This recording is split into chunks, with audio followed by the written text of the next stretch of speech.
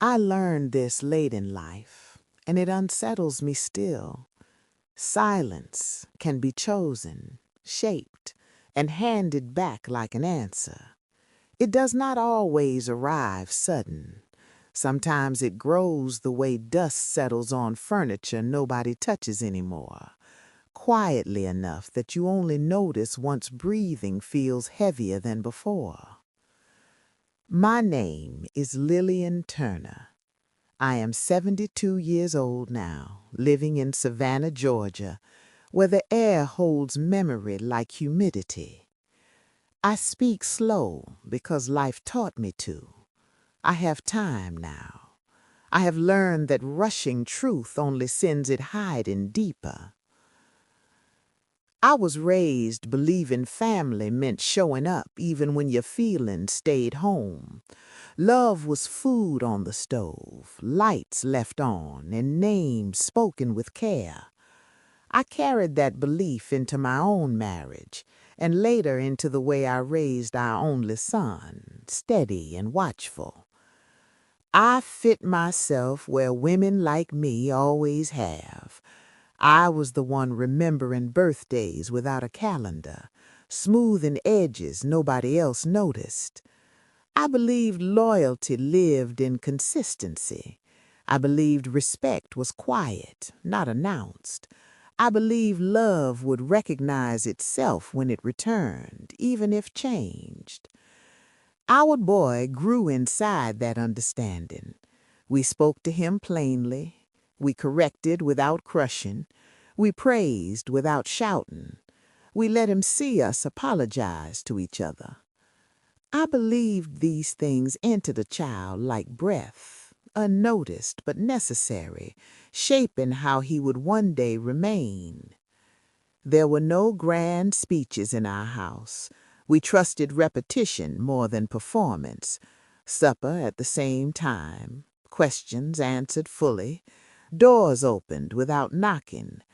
I thought this ordinary steadiness would teach him how to stay connected, how to reach back when distance appeared like weather. When he left for college, I told myself space was part of growing. I folded his room carefully, not rushing to change it. His silence those early months felt like busyness, not distance. I chose patience because it had always served us better than suspicion. Phone calls shortened. Replies arrived slower. When I asked how he was, he answered carefully, as if measuring weight. I noticed, but I did not press. I remembered my own youth, how explanation sometimes felt like an accusation.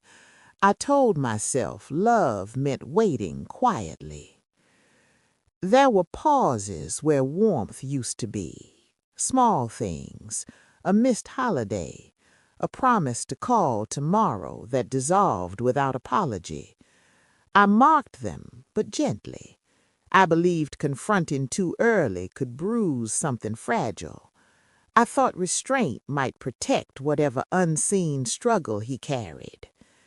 By the time winter came, something had shifted without announcement. His voice sounded further away even when he spoke. I did not yet know that silence, once practiced, becomes easier each time. I was still standing inside my old understanding, unaware the ground had begun to thin beneath me.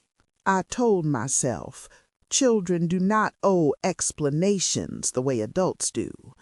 That belief came from how I was raised. My mother allowed distance without resentment, trust in return more than demand.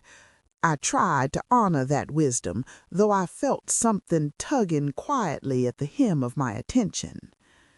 When we saw him that spring, he hugged us politely, not fully. His eyes moved often toward his phone, as though something there required guarding. I noticed how conversation stayed on surfaces, how questions were answered quickly, corners smoothed away before depth arrived.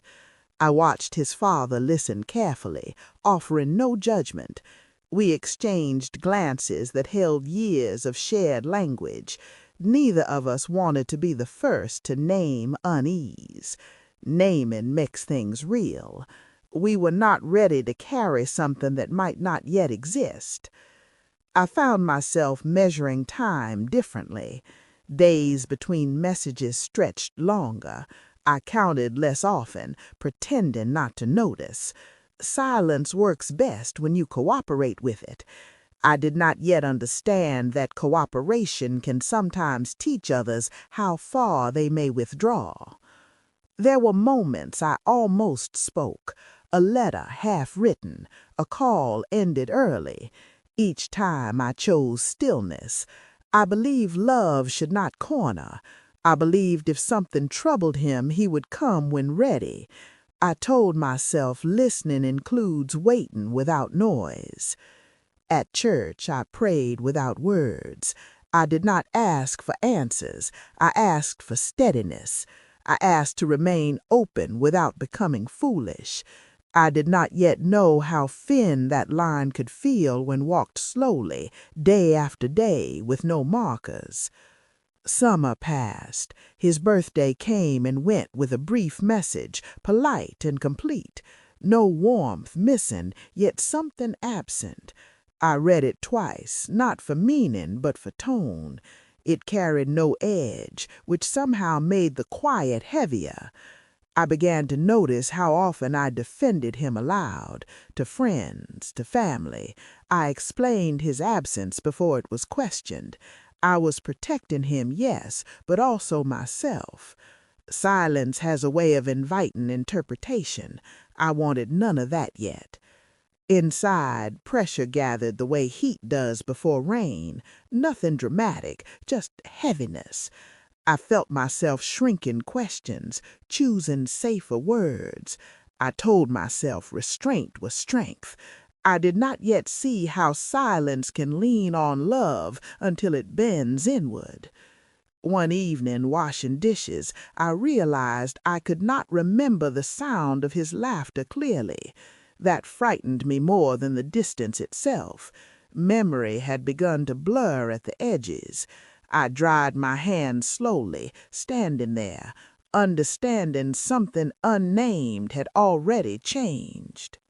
The moment itself was ordinary, which is why it stayed. I called him to share news about his father's health.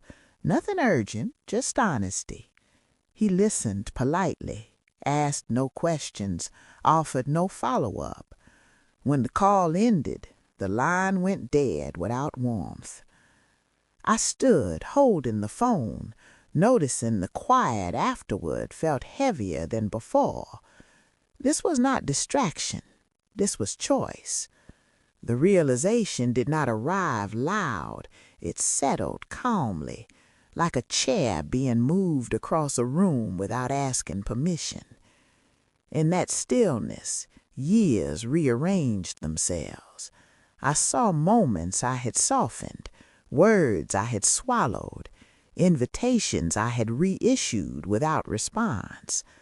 I understood then that silence, when repeated, teaches others how little explanation is required.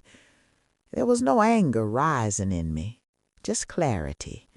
Clarity has a temperature all its own. I recognized the pattern not as accident, but as comfort. Silence had become easier for him than engagement. That truth did not accuse, it simply existed. I did not call back. That was new. I did not follow with reassurance. I sat with the knowledge quietly, letting it settle without resistance. I understood that reaching again would only teach him he could withdraw without consequence. That night, I told his father what I had understood, not with bitterness, just plainly. He listened, nodded once, and said nothing else. Some truths do not require discussion. They only require agreement. I slept deeply for the first time in weeks. There is rest that comes when confusion lifts, even if sorrow remains. I did not dream. I woke knowing something had ended, though no door had been closed aloud. In the days that followed, I did less explaining. I stopped filling spaces meant for him. I answered when he reached out, kindly and briefly.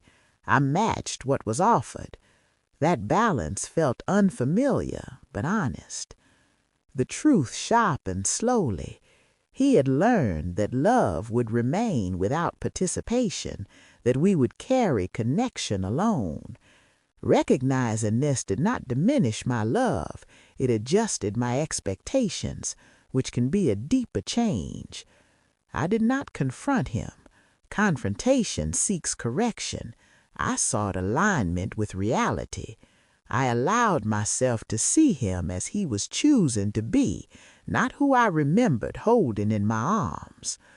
Understanding arrived without ceremony. It asked nothing of him. It asked something of me. It asked me to stop chasing echoes and start standing where my dignity could breathe. What I had to admit was quiet and humbling. Love offered without boundary can teach others to disappear safely. That was not the lesson I intended, but intention does not erase outcome. I sat with that without blame, letting responsibility find its proper shape. I grieved an illusion more than a person, the idea that devotion guarantees closeness, that raising someone gently secures their return. Letting go of that belief felt like releasing a railing I had leaned on for decades. I did not rehearse speeches.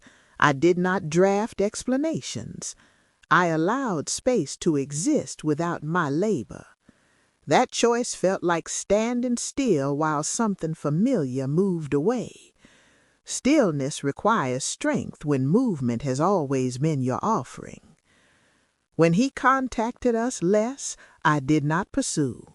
When holidays passed quietly, I marked them privately. I learned that dignity does not require announcement. It simply remains, even when unseen. There was sadness, yes, but it did not ask to be performed. I carried it the way women of my generation often do, folded neatly, taken out only when alone. I did not make my sorrow his responsibility. Forgiveness was not demanded of me, so I did not force it. Forgiveness that arrives before truth often serves comfort more than healing. I allowed honesty to do its slow work without rushing toward relief. I noticed my breath deepen, my shoulders loosen. When expectation leaves, the body responds. I had not realized how much effort I spent maintaining connection alone until I stopped. Life continued. We tended our garden. We spoke of him without tension. His name rested among us calmly. That too was love, just no longer shaped like pursuit. I learned that boundaries are not punishments. They are acknowledgments. They say, this is what I can offer without losing myself. That realization did not harden me, it steadied me. Some evenings memory returned unexpectedly, a childhood story, a laugh remembered clearly again. I welcomed these without using them as invitations. Memory can exist without obligation. What changed inside me was subtle. I trusted myself more. I trusted silence to reveal truth rather than conceal it. That trust felt earned, not gifted. Time does what conversation cannot. It clarifies without asking permission. Years passed with measured contact, polite, controlled. I adjusted without bitterness. Adjustment, when honest, feels like relief disguised as acceptance. I remained available without leaning forward. I answered questions fully without offering more. That balance held. It respected both of us, even if unequally. People sometimes asked if I missed him. I said yes, because truth does not need decoration.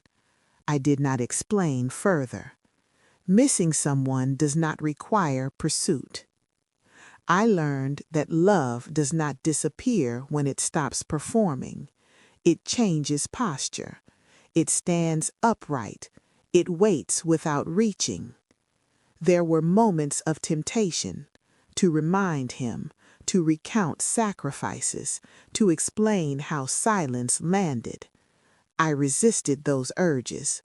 Explanation offered late often serves the speaker more than the listener. I began to understand that silence can be a boundary too. Not all quiet is abandonment. Some quiet is preservation. Knowing the difference takes time and courage. My life filled with other sounds, neighbors, church hymns, the rustle of evening air. I realized how much room had opened once I stopped echoing unanswered calls. I do not know how his story continues. That is his work. Mine was to remain whole without demanding recognition. Wholeness does not ask to be chosen. If he returns more fully one day, I will meet him as I am now, not as I was waiting then. That difference matters. It protects what remains good. The truth I carry is simple and heavy. Love given freely should not require disappearance to survive. When silence is chosen, sometimes the bravest answer is to stop filling it and let your own voice remain.